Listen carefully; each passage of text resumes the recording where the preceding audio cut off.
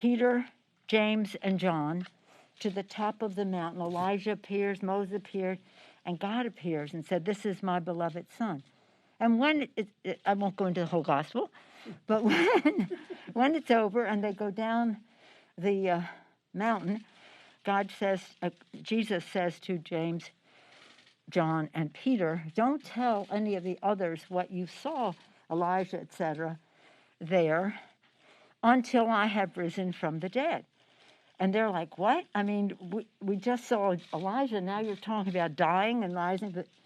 But the whole point of the gospel was that in order to learn, we have to unlearn certain things. And that's how I was thinking of this. How do we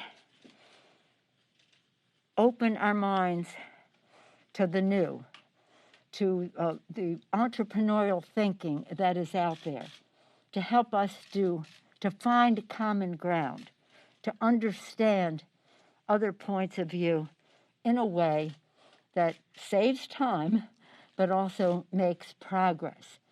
So we really have been looking forward to, even before Sunday's Gospel, to this time of listening, learning, reflection, unlearning, so that we can learn more. It's very, very important to us.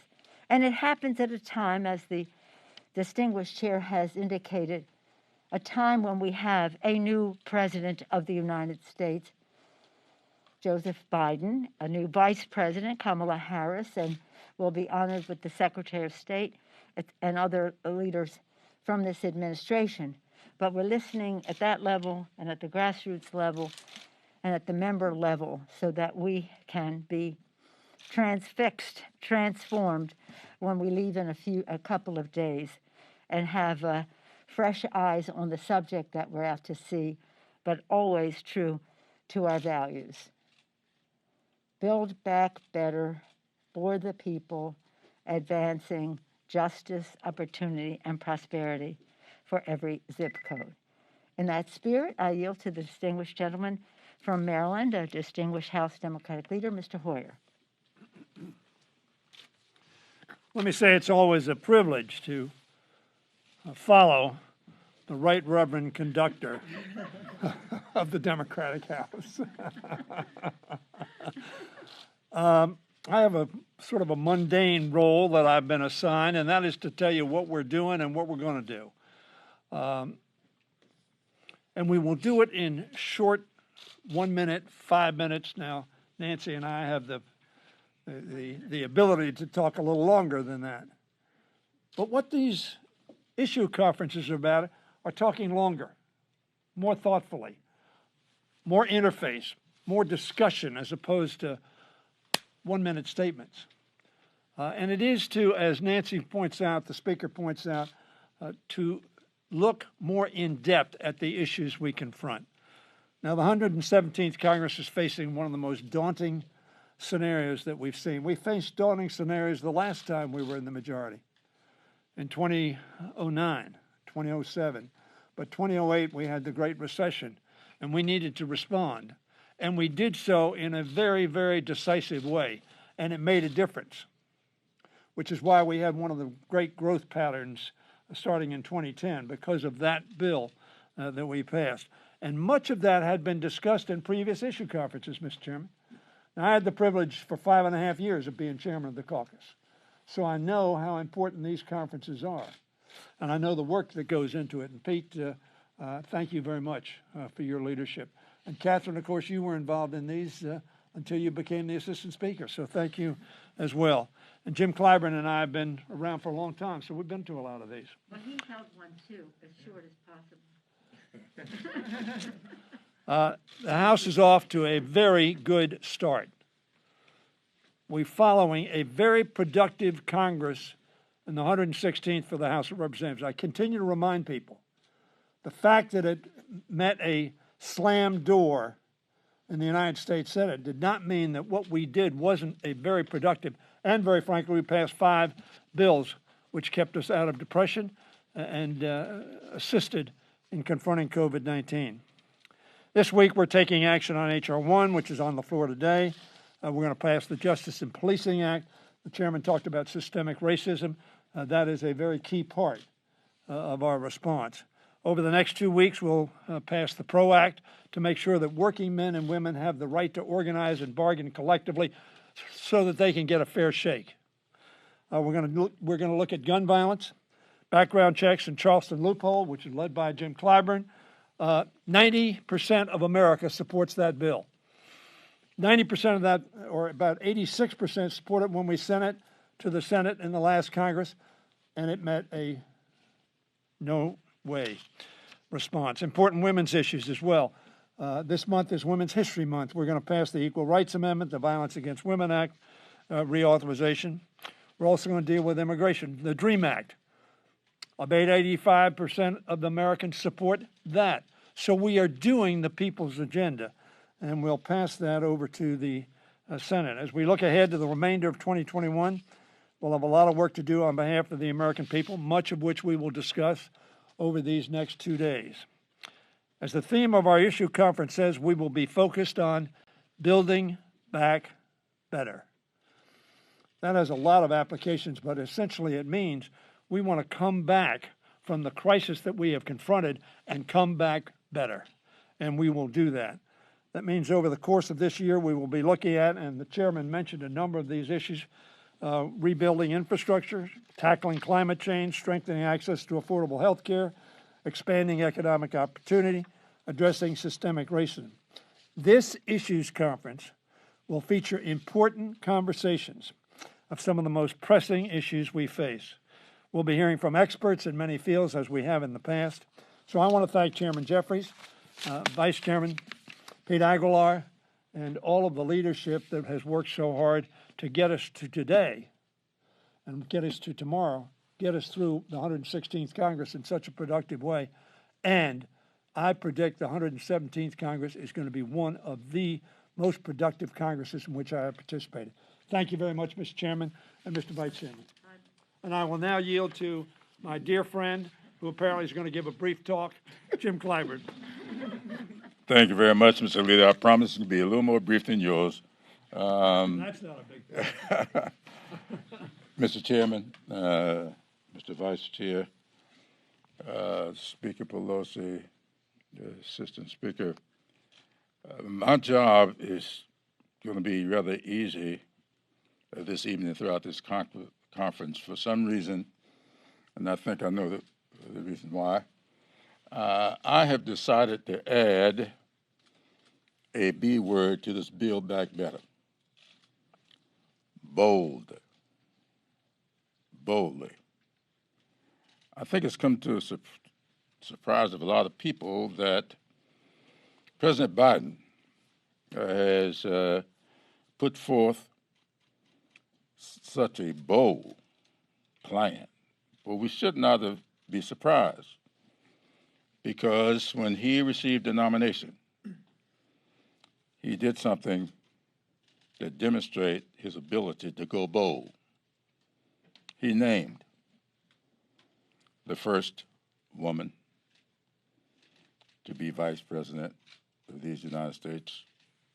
Many have been proposed before, but in this instance, he picked not just a woman, but he picked a woman of color. And I know our history well enough to know that a woman of color has been proposed before, but not by a major party. And when he did so, he went beyond what a lot of people would expect. He picked a woman from a historical black college and university. And it demonstrated something about him that I think helps define this administration and define what this caucus is going to be like for the rest of this Congress and on throughout his administration, and that is to see what needs to be done. And irrespective of what may have been the past, irrespective of what may be tradition, to strike out and do it in such a way that we create a climate that is positive for the American people. So tonight, my job is going to be to introduce, I suspect, I hope at this point, to present Kamala Harris to bring an address to this caucus, an address that I think will say exactly what we are all about as a caucus. I'm very fond of this effort because I think it defines diversity in a way that we would like to see it defined, not just African American, but Asian American. Not just a woman, but also the daughter of immigrants. And not just one who has been credentialed, but one who carries with that credential and credit the historical nature of what a lot of us have been all about in this great country. As many of you know, I have been talking for the last 2 years about the challenge we have as Americans, and I have been invoking the writings of Alexis de Tocqueville in doing so. And de Tocqueville, as many of you know, came to this country to study our penal system. But when he got here, he found a certain magic about the country, and he set out to find out what the magic was. He came to the conclusion that America is great, not because it's more enlightened than any other nation, but rather because it has always been able to repair its faults.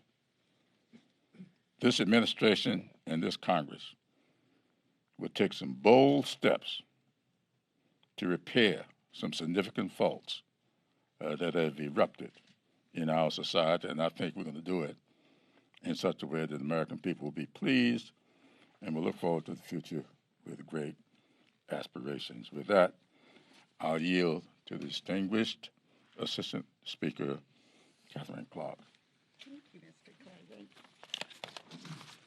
Thank you so much. It is so good to be with you, and I want to thank Chairman Jeffries, Vice Chair Aguilar for putting together this issues conference and for all your leadership in keeping our caucus informed and moving forward to meet this moment. And to our outstanding Speaker Pelosi, Majority Leader Hoyer, and Whip Clyburn for their commitment to making sure that those issues that families at home talk about around their kitchen table are the priorities on the table here in Congress. So justice, opportunity, and prosperity in every zip code. It is a long title for a big piece of work that we are undertaking to meet this moment of racial, economic, and climate justice. This is the theme of our conference, and it is the driving force behind our work in Congress. This pandemic has exposed so many of the inequities that we knew existed and brought them into stark relief. Women are being pushed out of the workforce. 1 out of 4 women have lost their jobs. Families on the poverty line are slipping further into despair. Black and brown Americans are getting sick and dying at disproportionate rates. This time of great challenge calls for great progress. And this is what we're going to be discussing at the Issues Conference this year. This is our moment, not to return to the status quo, but to boldly build back better. When workers are treated with dignity, when women are treated equitably, and Americans, no matter their background, skin color, or geography, have equal access to opportunity. This is how we center our work in Congress. This is the exciting plans that we have in place to see and help the American people meet this challenge. And we are so grateful to be able to do it with the Biden-Harris administration. So we're looking forward to the next few days and to the session ahead to deliver on our promise to help meet this moment in American history. And I am now very proud to introduce Vice Chairman of the caucus, Pete Aguilar. Thank you, Assistant Speaker Clark. As the chairman mentioned, and he gave you a rundown of our issues conference, Building Back Better boldly for the people, justice, opportunity, prosperity in every zip code. Mr. Clyburn doesn't know that we had the banner made already, so now it'll be delayed because of the printing. Our conference is built on the diversity of our caucus. Not only are we a diverse caucus, but we're a united caucus. We showed that with the American Rescue Plan. We're going to build off of that to address and to discuss issues of the economy and healthcare and opportunity and making sure that Americans have a chance in our communities. But we will do that, and the conference was built off of the diversity of the members of our caucus who were given time to give us ideas and suggestions on programs that will help them. So that's the mindset that we'll take into this issues conference, is building off of our relationships with our colleagues, learning from the diversity of that caucus. And that's what will continue to be our guide throughout the issues conference. Mr. Chairman? We have to prepare for a timely 3 o'clock start, but we do have an opportunity to take a few questions. If you could talk about this, Chairman, and also, Madam Speaker, if you would address it as well. I'm just wondering how concerned you are with the White House in their role in the passage of the $15 minimum wage. Do you feel that President Biden has offered a true strategy to making that happen, especially given the ruling by the parliamentarian and how it is unlikely to be a part of the COVID relief package? Well, I'll just briefly say that the administration put forth a transformative American Rescue Plan. It contained the $15 minimum wage. We believe that that is the right approach, as evidenced by the fact that it was in the legislation that we passed. But the House is the House, and the Senate is the Senate.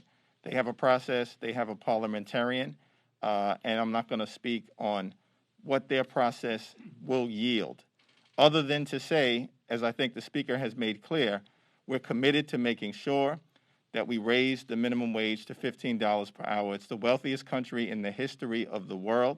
The notion that anyone is working full-time, trying to raise a family, and making $7.25 should not be acceptable to anyone in the United States of America.